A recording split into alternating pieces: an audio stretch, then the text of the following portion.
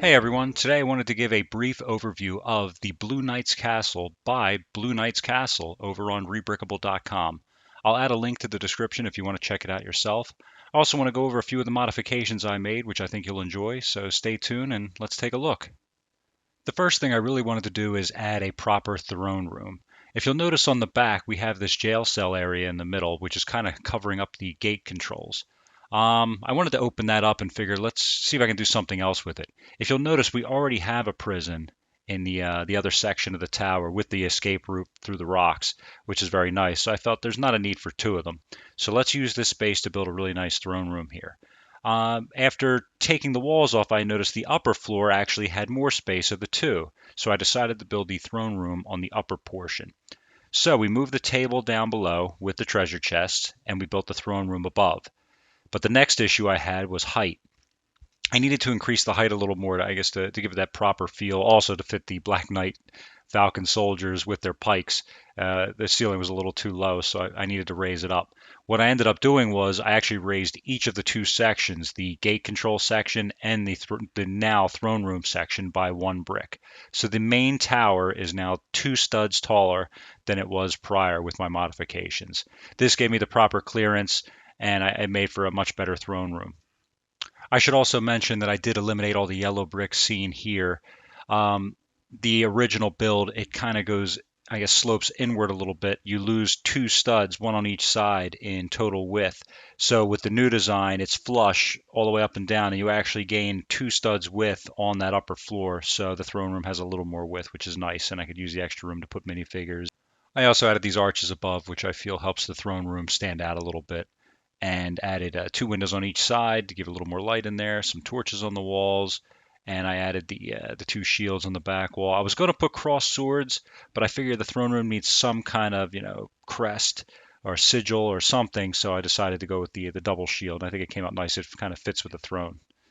One final note before we move on to the next section, I did have to lengthen the banners of the flags hanging on the front because I extended each section by 1 stud, so 2 studs total in height.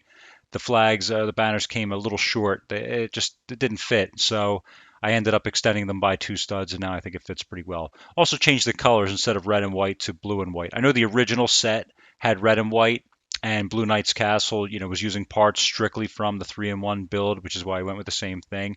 But I figured for the Black Falcons, the blue and white looked much better. I did try black and blue, dark blue and light blue, and a whole bunch of combinations, but I like the vibrancy of the white and the blue. I think it really stands out from a distance, and it just adds a lot of color to the Lengo Kingdom. The other thing I really wanted to add were stairs, I guess, to get to that top of the wall. If you look at the build, I wanted to have the stairs too, where you could still fold up the castle completely, and the stairs could remain, so you could have them in both the open and closed configurations. I didn't want to block the blacksmith in, and that would also cover up the prison cell. I couldn't put them near the gate entrance or the drawbridge entrance because you basically walk right through the drawbridge and run into stairs. I couldn't put them where it would interfere with the food cart and so forth. So the best place I found was right where I have it circled here in front of the dining area, I guess, and the kitchen area. This way they could kind of go down and out, and you could still fold the castle up, and everything would be good. Here's a close-up of the kitchen area with the dining hall above. I'm still working on this section over here with the bricks. So I'm going to add some more color to that and expand that out. The only thing I didn't like was that these stairs block the kitchen, so I came up with this idea where you can slide the stairs in and out, which still gives it the playability. And they lock nicely in place, very sturdy. They don't budge an inch or a millimeter, and everything came out pretty nice. They even match the stairs outside too. I also made the roof detachable or modular. I had to extend it by 2 plates to do this, but the black kind of blends in underneath, and now you retain all the playability. I also reinforced the bottom here, as you can see, with some plates. So this came out pretty nice, and like I said, retains all the playability of the original, or even adds some, I guess you could say.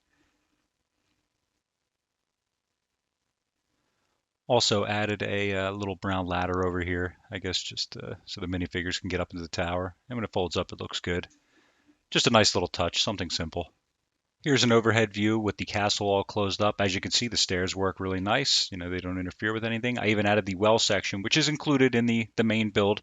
That's not modified or anything, and it fits right in there. I added some tan plates just to fill out all the gaps. I'm still waiting on one on Bricklink. I need a 2x6 light tan, I guess, to cover that spot at the bottom there you can see, but that should solidify everything. So it'll have a full interior when closed, which will be really nice. You'll be able to pose the minifigures everywhere. Final two quick things I just wanted to mention was I did upgrade the detail behind the drawbridge there in the main entrance.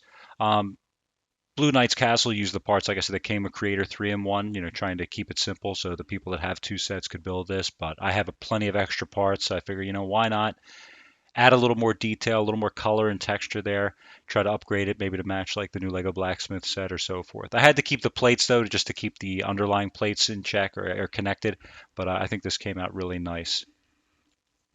Then we just have the blacksmith anvil. I upgraded that to match the blacksmith set from Lego.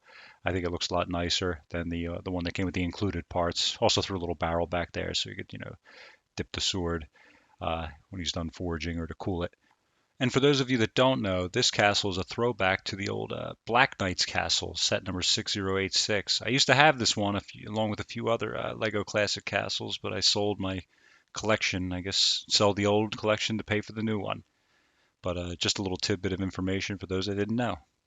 And there we have it, Blue Knight's Castle by Blue Knight's Castle. Uh, I really enjoy this set. I think it's actually one of my centerpieces now on my Lego Medieval Kingdom. So thank you to Blue Knight's Castle for creating this. I think it turned out really nice. I'll show you here a few angles from all sides. I think it looks great from all sides. It looks great opened up, closed, however you want to display it. Really stands out from a distance with the height, especially on the other side of my forest. I'm actually thinking about putting this castle as the primary castle in my medieval scene. If you saw my last video, I want to replace the old Lion Knight's castle, which I think it's a nice set. It's a classic, but it is a bit dated compared to the newer detailed sets or sets like this. So I'm looking to do a few upgrades. And then I could put the castle in the forest where this castle currently stands. So I'm thinking about rearranging a few things, but let me know what you think. And feel free to like and subscribe and add your comments in the section below. Thank you, and until next time.